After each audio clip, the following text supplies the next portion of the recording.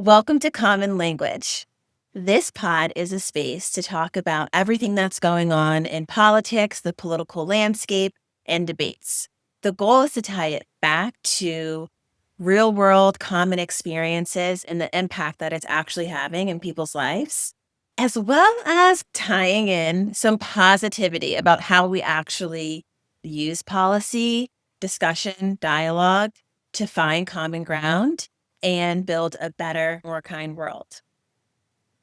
On our first episode ever, which is today, we're going to be discussing some recent policy proposals around supporting moms and childbirth. We're going to get into some of the pros, the cons of these recent policy proposals, dive into the history, like how we got to where we are today, and some real life experiences and thoughts around motherhood and what we envision for a world that really supports women, moms, families, all of that. So thank you so much, Mac. That was a great intro. We are going to break it all down for you, and I'll be here to ask all the questions that you want to know. So, with that said, we are going to kick off our very first top line and T section. So, this is where Mac is going to break down a larger topic into something that we can digest a little bit more, and then we'll dive in together and go through our thoughts, opinions, some data, and facts to back up things that may be possible for us in our future.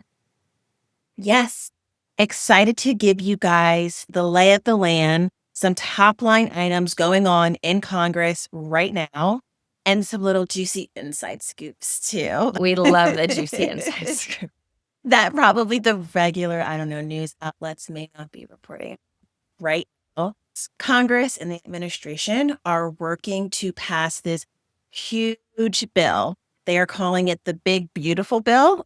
Allegedly. Yes. And it's funny because when, Trump was saying that a lot, like it's going to be one big, beautiful bill, I didn't think they were actually going to name the bill that. And that is actually the name of the bill. At least that's the name of the bill that came out of the House side. So this week, the House made a really important step in getting this across the finish line and passed their version of the One Big Beautiful Bill. So there's a lot in there. I don't even know the page count on this bill, but one of the really interesting pieces that's in this bill is not new. It's been an idea that's been floated around in the policy and childcare space for a long time, but it's the first time I think we're really seeing it in legislation that actually has a chance of becoming law. And that is the Trump accounts. And so, what are Trump accounts? What are Trump accounts? You may ask.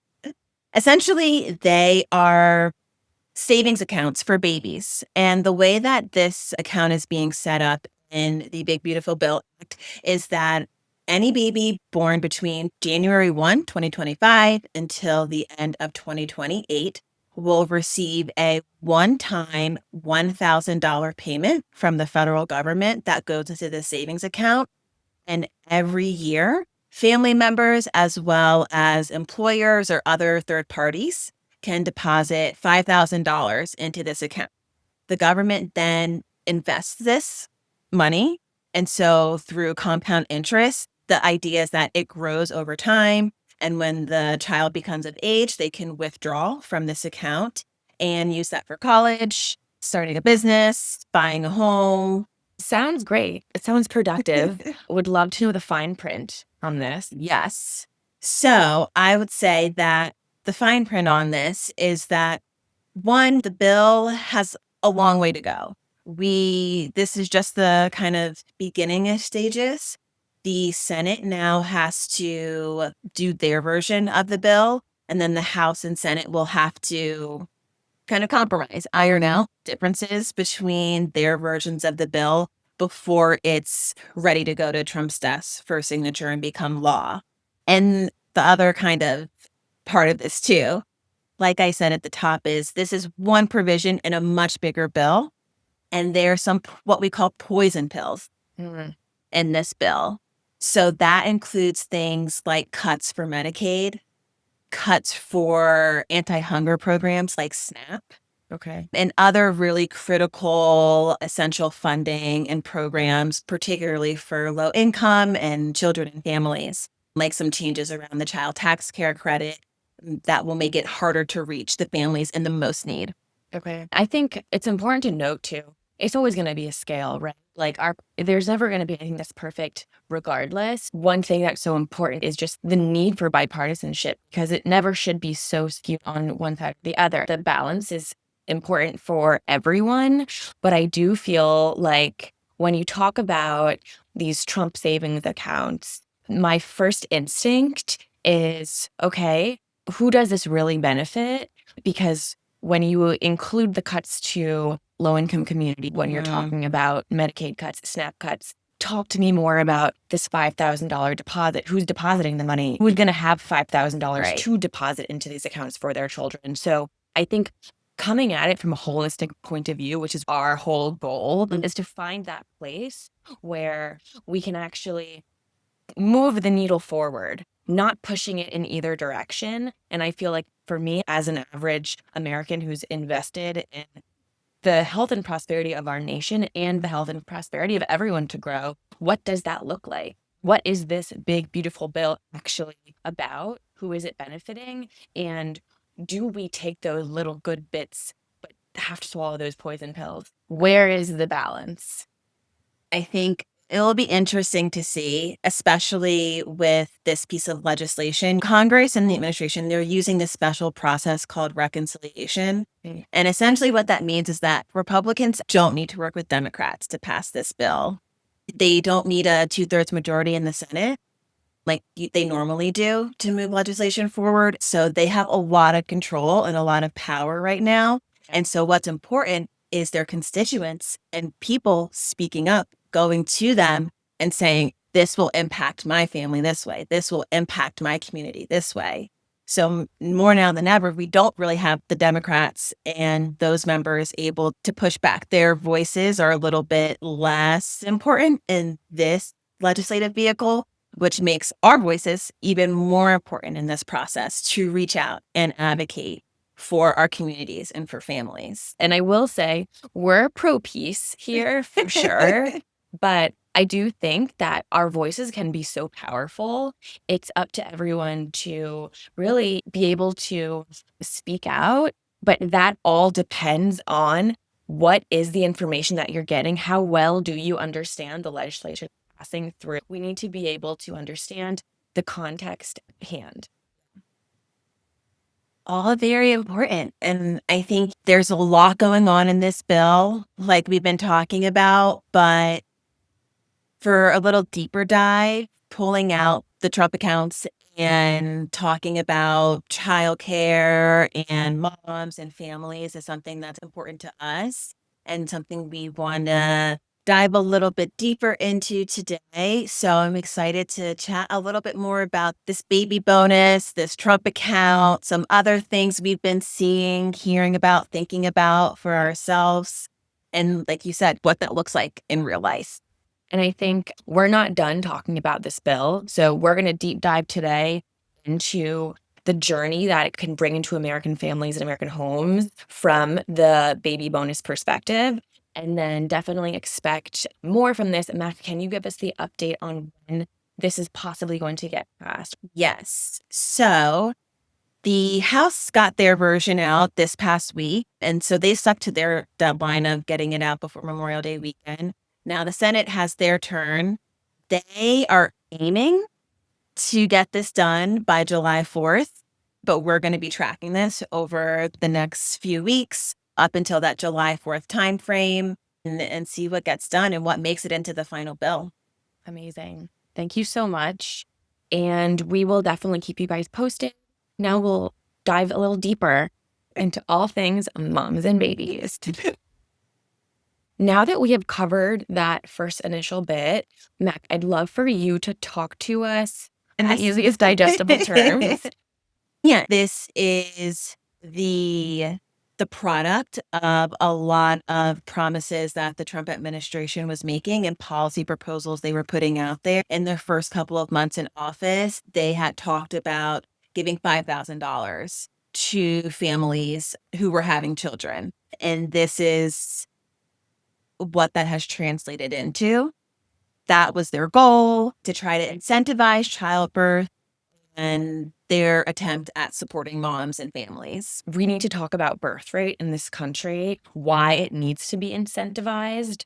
One thing that we've noted with this administration, they are a more conservative administration, and they are wanting to really prioritize families and having more children to benefit our country. 2.1 is the birth rate that we need for us to be considered sustainable going forward as a country, for us to be able to maintain our population. Essentially, countries want their populations to grow, their best interest. It's in the government's best interest for people to have children. And obviously, it's on you, the individual families, to make the decision of what's best for your family. But this policy is coming from a government whose perspective is we need to populate because our birth rates are declining. So that's their angle and their motivation. Totally makes sense. And I also think we're in a very America first mindset with this administration. So you can also imagine that if our birth rate is declining, they would see that as a huge threat to the great power of the United States. How do we continue to be number one in their eyes? So it's all contributing to this larger kind of America first mentality that is really top of mind for the administration in a lot of ways. And we can get into that, I think, on future episodes. Like, I know such that could be a whole nother. It could be a whole thing in and of itself. But today, I think we really want to focus on like kind of what that birth rate really means. So I've taken the time to dive into a little bit of research that explains where we're at in terms of birth rate from a Democratic versus GOP basis. What I mean by that is we have red states that are doing their contributions. They're populating our society way more rapidly than blue states. That's a huge question of what is the demand? Why is it higher? Why is that happening? It's really culturally. Yeah, definitely we'll talk about that because we have lots of thoughts and lots of opinions about why we think this trend is happening, what we talk to each other about when we think about having kids and families and things like that. Absolutely. So the 17 highest birth rate states are all GOP. It's very significant. When we look at the birth rate in our country, the lowest states tend to be more Democratic leaning. And out of all of the states, only 2 Democratic states have birth rates that are above the national average, compared with 20 GOP states that are above the national average. We are right now at 1.6, and we're supposed to be at a 2.1. So you can see where the gap is. It's quite significant. And that just goes with people choosing to have less children or not having children at all. When you have these states that are populating at a much higher rate than the blue states, you're going to start seeing disparages over time. And how will that impact the future? And I think something else that we really want to make sure we highlight on this podcast is, how do we help future generations? How are we bringing this positivity and community and setting them up for success in ways in which maybe how can we be doing that better? So I decided to take a look at education specifically because it's something I'm passionate about. When we look at education, public school rankings by state, the first 10 are almost all blue states, and the bottom 10 are almost all red states. And I'll get into what that really means because we have a couple outliers. So when you're thinking about education, you're looking at test scores, you're looking at how they're comparing in combination with perhaps the quality of the schools There's so many factors that can go into it. I want to highlight Nebraska. So Nebraska went red in the last election. The margin was 21% win. They are in the top 10 best performing school system, as well as in the top birth rates. So this is a state where it's okay, they're really contributing. They're making sure that their schools are performing, they're highlighting education, and they're also encouraging an environment where people are having children and families are getting bigger compared to other states. So I find that super interesting. Our agenda is always to just inform and draw certain conclusions based on what we can see. It's a fact that red states are having more children than blue states. I'm always thinking, how can we bring us back to a place where we can feel more centered and secure? Because I do think that based on the political landscape that we have currently in this country, the polarized aspects of it are not going to help our future. So how do we take these things that we do know and say, hey, here's a state, Nebraska, clearly doing what they need to do in education. How can we see what they're doing? Can we take a look at some of their state legislature? Do they have programs that maybe other states can use? And maybe it's a policy that is more conservative, but it's working really well. We want to talk about those things because it's so crucial. The opposite of that is one of the states with the highest birth rates is Louisiana. Louisiana is also very bottom of the education rankings. So that's a state that we need to figure out how to support. When we think about policy, especially education policy and how that impacts families, it needs to be on a federal level. We need certain things that can be woven throughout each state. And I don't think it's about telling people what to do. I think it's about having the resources and having the research invested in our children. How do we do that if we're not prioritizing education from our very youngest stages, especially when we know that these states are producing way more of the population? So for me, it's really important to double down on things that are going to bring us better results. We know that having higher education promotes so many benefits in terms of access, pulling people from lower income communities. Education is the key. And that's why you need to have a fully functioning and funded Department of Education. With the dismantling of some of these organizations, I don't think that the average person, myself included, really understands what that means. Okay, it's dismantled. What does this actually mean? How does this actually play out? And again, when we're talking about the greater good, we have to work together. I see the role of the federal government, to your point, as bridging those gaps, right? There's a time, place, and purpose for local and state communities to implement policies that work in their geography, in their communities.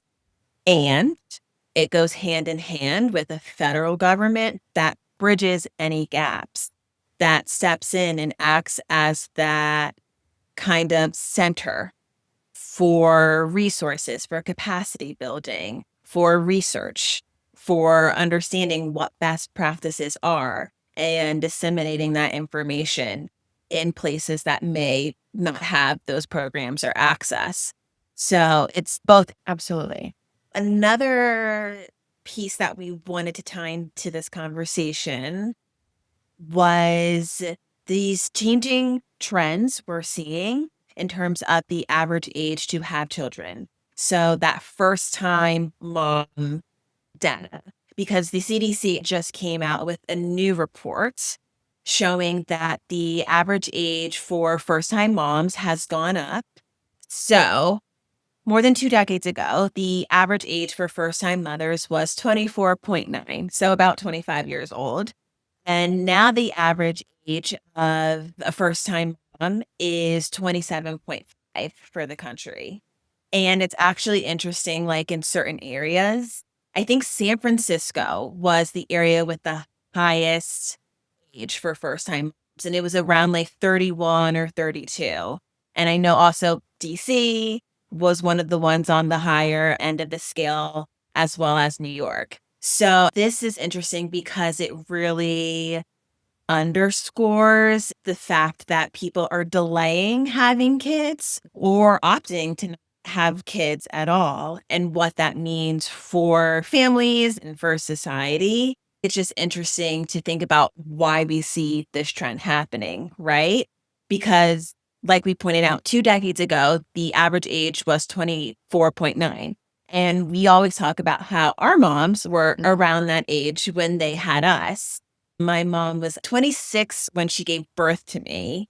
And I know your mom was My mom was around. 26 as well. And now here we are. I'm 33. 32, but knocking on 33's door rapidly. Let's back it up and say no children. Yeah, childless. A childless Yeah. 30-somethings. Yes. And so I think that reflects what we're seeing in the data and the larger trends. This generation is waiting longer to have kids. I think there's a lot to unpack there. For the purpose of this podcast, we're going to discuss our perspective. And I'm from New York. So in New York, I think it's really hard to have children in the city. I give props to all the moms that do it because you do have a totally different dynamic when you talk about schooling, when you talk about childcare, when we talk about in a partnership who's working and who's not. The rates of living in these big cities are just getting higher and higher. So the reality is we need a 2-income family. So that's just to start. And then you have to figure out like who's going to be watching your child? Do you want to hire a nanny? Can you afford a nanny? Do you put your child in daycare? Can you afford daycare? Is it going to be help from friends and family? And all those decisions are major impacts because not only does it impact you financially, but also just from a lifestyle perspective. I think if you live in the suburbs, especially in New York, it's still very expensive to get a house these days. So you're going to be spending a lot more on those down payments and having higher interest rates. And in turn, what is it that you can afford with your child? Do you still have to commute into the city? Are you remote? Do you have friends and family near you, or do you not have any support from your community? In the past, there was a lot more single income homes and single income families where it was very natural for the mother to stay with the child. And so you're not thinking about the burdens of childcare. Whereas I feel like now we really do feel the burdens of childcare and how you can grow your family is very directly tied to that. What do you think, Mac? I think that's what's going on, right? The times are changing. Yeah. And there was a time where, number one, women weren't really allowed or encouraged to be a part of the workforce, right? And the economy was certainly different. So what we saw in terms of family composition was the dad went to work, the mom had the kids and stayed at home. That's how society functioned. Fast forward to now. Sometimes I'm like, it's a blessing and a curse. But we are working women. Yeah. And childcare is one of the biggest expenses for families. And I think all of that has impacted women's decisions to have kids and grow their families. You sent me a TikTok the other day with Sean Johnson talking about why she thinks she sees this trend going on with women having kids later and not having kids at all. And I think she made a really good point, which is look at the way society treats and values women and moms. All that say they don't. We don't value moms. We don't give them the resources necessary to have children and raise them.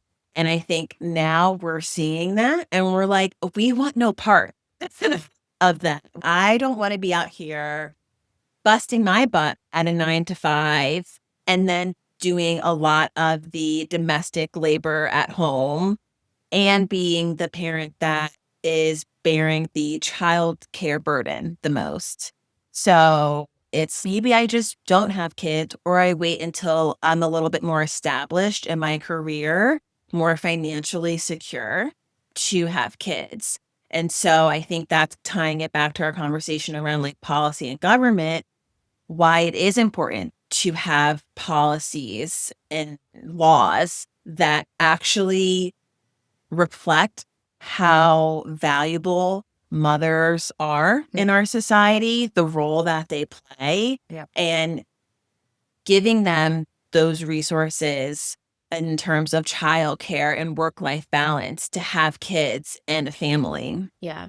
I don't think that the US does a good job of recognizing motherhood.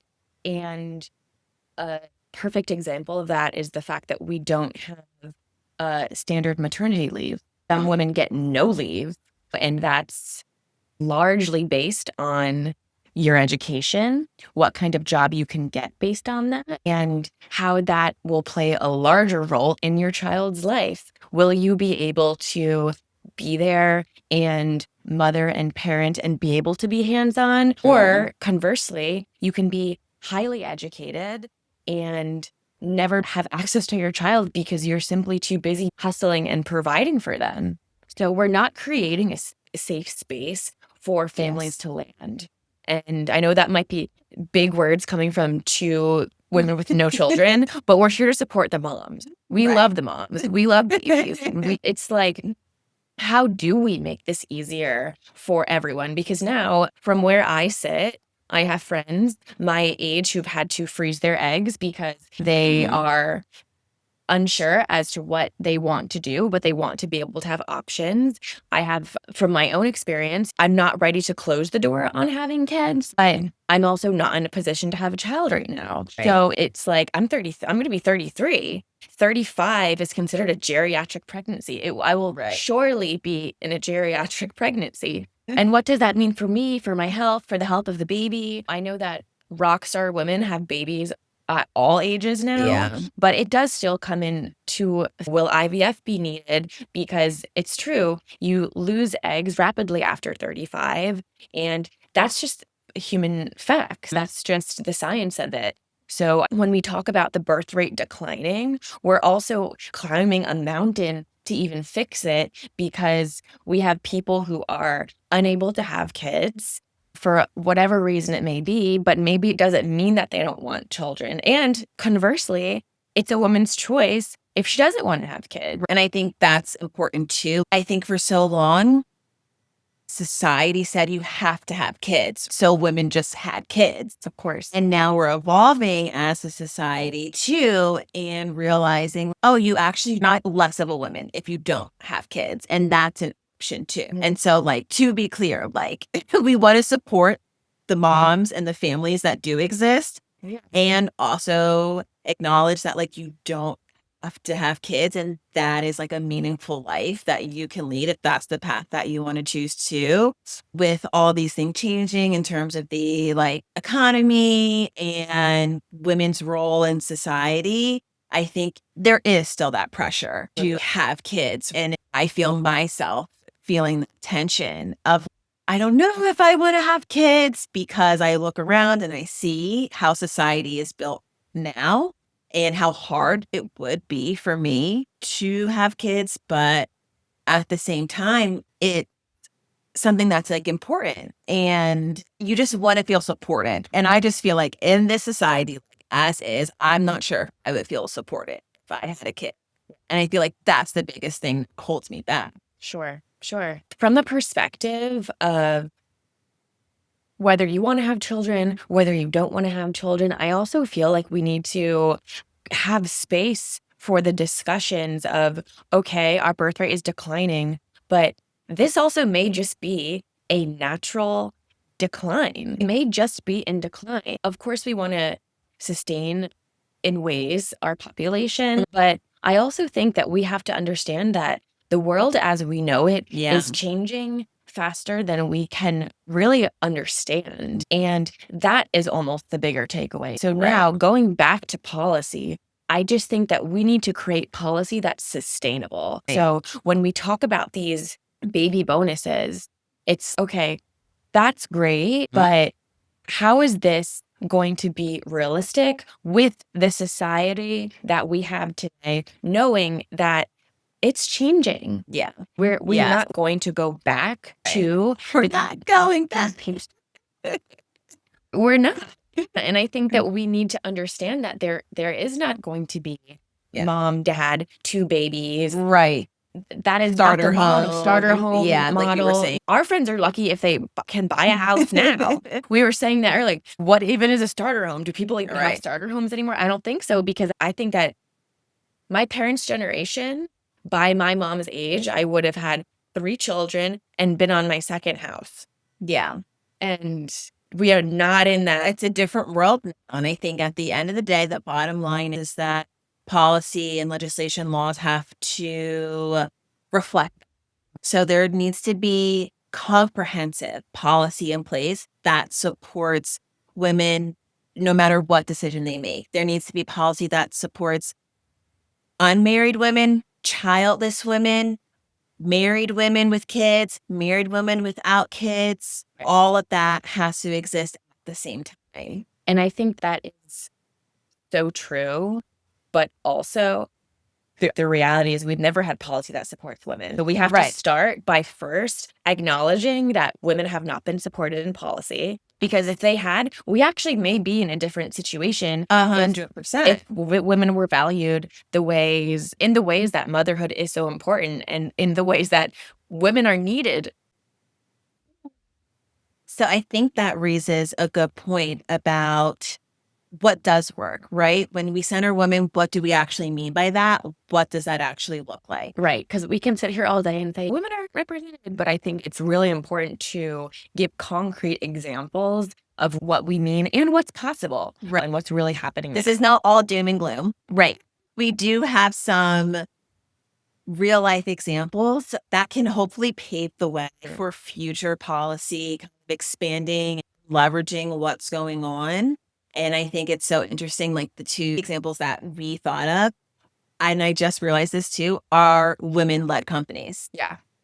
Who we think have really great family, childcare policies in place that support women, support moms, and support families. And so one of the examples that we wanted to highlight was Channy. Case, you talk about Channy because you put me onto it. She's my girl. And Case introduced me to it. So Channy, for those who don't know, is an amazing astrologer, and she runs an app and a business, and she really does an amazing job to explain astrology in ways that I feel make it very digestible.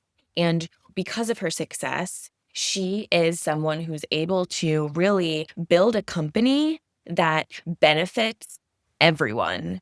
Her whole ethos is having a work-life balance, being able to spend your life the way that you want to spend it. So they're on a 4-day work week, Monday through Thursday, and they have a 6-month paid parental leave with flexibility. They also have 7 weeks of paid office closure per year. So that would mean like a summer recess or a winter recess in addition to holiday time. So it's not just holiday pay. It's okay, everyone's shutting down the week of July 4th for 2 weeks, and then we're going to reset and we're coming back and we're ready to go.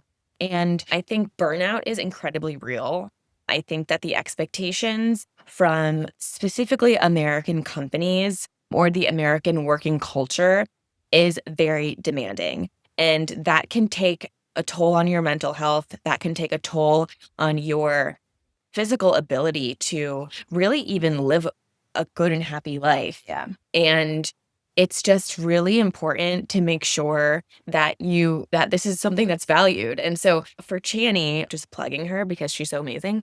And she's doing it because she can. Yeah. She's doing it because she can, not because she needs to see this big paycheck at the end. And they've done a couple interviews as well with her where she really does just talk about the greater good. And she's a mother now. And I think that's a whole nother piece of this in the greater concept of things, what we need to do is value women, value mothers, value family. So it's amazing to see a female founded company for astrology that is contributing not just to themselves, to society, to the greater good, and giving their employees really the privilege to work under these types of amazing policies. And I think we can say a 4-day work week is crazy, or you can try it.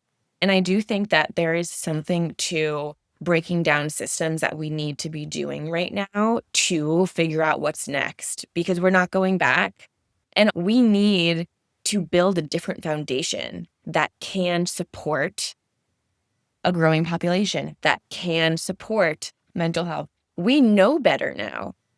It's to no discredit of our former generations. We just know better now. When you see the science, when you see the numbers, when you see what's happening, there's a reason people are not wanting to reproduce. It's just that's not right now feasible. And whatever external factors, internal factors, it's many things, but I do think that I'm not alone.